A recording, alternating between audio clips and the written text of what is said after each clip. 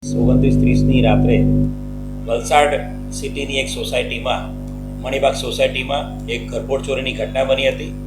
ઘરફોડ ચોરી કરવા માટે આવેલા ઈસમો કારમાં આવ્યા હતા અને એ ઈસમોએ ઘરની અંદર જે એન્ટિક ઘડિયાળોની સાથે સાથે ઘરના પાર્કિંગમાં પાર્ક કરેલી સ્કોડા રેપિડ પણ ચોરી લીધેલી હતી.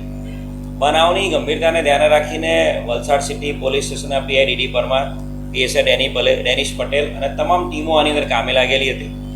શહેરના વિશ્વાસ પ્રોજેક્ટ અંતર્ગત જે કમાન્ડ એન્ડ કંટ્રોલ રૂમ બનેલો છે એના તમામ સીસીટીવી કેમેરાસ ચેક કરવામાં આવ્યા હતા.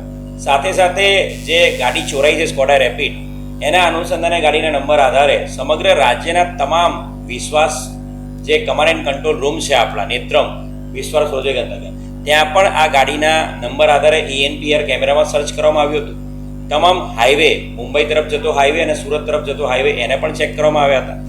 અને આ ગુનાને ડિટેક્ટ કરવામાં તાત્કાલિક ફ્યુ ડેઝમાં સફળતા મળી થોડા દિવસોમાં, જેમાં મુંબઈથી એક આરોપી મલંગ સૈયદ શેખને પકડી પાડવામાં આવ્યો હતો.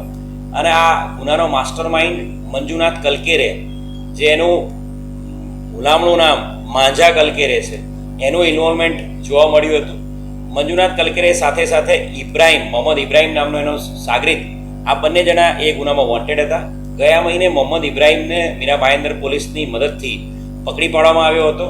મોહમ્મદ ઇબ્રાહીમ વિરુદ્ધમાં પણ 7થી વધુ ગુનાઓ છે, જેમાં એક્સટોર્શન, ધાડ, લૂંટના ગુનાઓ છે. અને જ્યારે એને પકડાયો ત્યારે પણ મીરા ભાયંદર વિસ્તારમાં કોઈ બારના ઓનર પાસેથી એક્સટોર્શનની હકીકત અમને મળેલી હતી, જે હકીકત બાબતે પણ મીરા ભાયંદર પોલીસ કમિશનરેટને જાણ કરવામાં આવી છે. અને આ ગુનાનો જે ત્રીજો માસ્ટર માઇન્ડ, જે મેઇન વ્યક્તિ જે છે મંજુનાથ કલકેરે, એના બાબતે દિલ્હી, ઉત્તર પ્રદેશ, કર્ણાટકા, ગુજરાત, મહારાષ્ટ્ર તમામ જગ્યાએ વલસાડ સિટી પોલીસની ટીમો કામે લાગેલી હતી. અને વલસાડ સિટી પોલીસ સ્ટેશન જે ટીપ મળી હતી એ તાત્કાલિક કર્ણાટકાના શિવમોગા ડિસ્ટ્રિક્ટમાં આપવામાં આવી હતી. અને એના આધારે શિવમોગાની પોલીસે, કર્ણાટકની પોલીસે એક ઓપરેશન કરીને મંજુનાથ કલકેરેને પકડી પાડ્યો હતો. મંજુનાથ કલકેરે જે તે સમયે પોલીસ ઉપર ફાયરિંગ પણ કર્યું હતું, અને જેમાં કર્ણાટકાના શિવમોગા પોલીસના સબ ઇન્સ્પેક્ટરને ગોળી પણ વાગેલી હતી. સામે જે મંજુનાથ કલકેરે છે એને પણ પગમાં ગોળી વાગેલી હતી. એ જે આરોપી છે, જે પકડાયેલો આરોપી મંજુનાથ કલકેરે, એ શિવમોગાના 70થી વધુ ગુનાઓનો આરોપી છે. એક મોટો હિસ્ટ્રી શીટર કર્ણાટકના શિવમોગા ડિસ્ટ્રિક્ટનો છે. 70થી વધુ ઘરફોડ ચોરીઓ અને લૂંટનો આરોપી છે. અને એ આરોપી વિરુદ્ધમાં અટેમ્પ્ટ ટુ મર્ડર અને આર્મ્સ એક્ટનો ગુનો પણ ત્યાં દાખલ કરવામાં આવ્યો છે પીએસઆઈ પર, એને જે ગોળી મારી અનુસંધાને.